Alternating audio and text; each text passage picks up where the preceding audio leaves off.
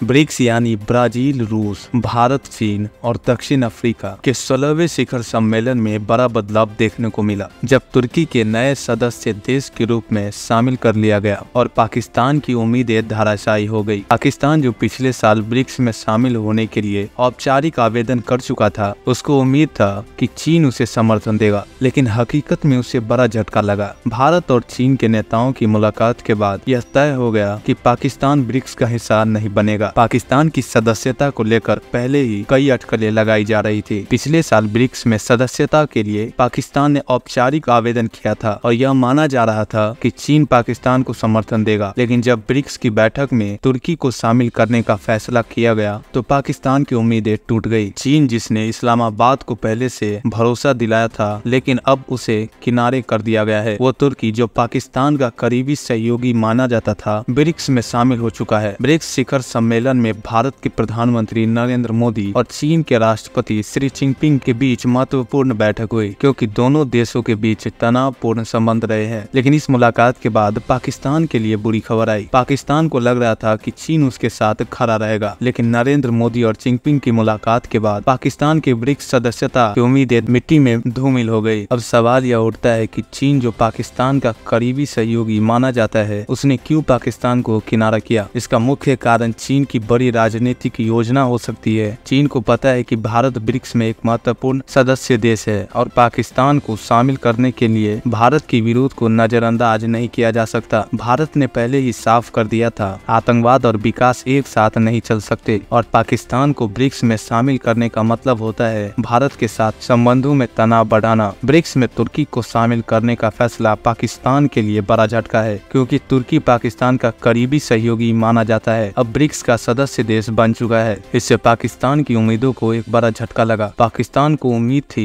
कि ब्रिक्स में उसकी एंट्री हो जाएगी, लेकिन जब तुर्की को शामिल किया गया और पाकिस्तान को किनारे किया गया तो उसके लिए एक बड़ा झटका साबित हुआ। तुर्की के ब्रिक्स में शामिल होने से यह साफ हो गया कि ब्रिक्स अपने विस्तार को लेकर गंभीर है और वो उन देशों को प्राथमिकता दे रहा है जो राजनीतिक रूप से अधिक महत्वपूर्ण है। ब्रिक्स ने इस साल नए सदस्य देशों को शामिल करने का फैसला किया। ये देश अलग अलग क्षेत्रों से आते हैं जो ब्रिक्स को और भी मजबूत बनाएंगे। खैर, ब्रिक्स में पाकिस्तान की सदस्यता की उम्मीदें टूटने से उसे यह समझ में आ गया होगा कि अंतर्राष्ट्रीय मंच पर केवल मित्रता और समर्थन के बल पर कुछ हासिल नहीं किया जा सकता। भारत और चीन के बीच हुई राजनीतिक समझौते के कारण पाकिस्तान ब्रिक्स से बाहर हो गया और तुर्की की एंट्री ने उसके लिए एक और चुनौती पेश कर दी।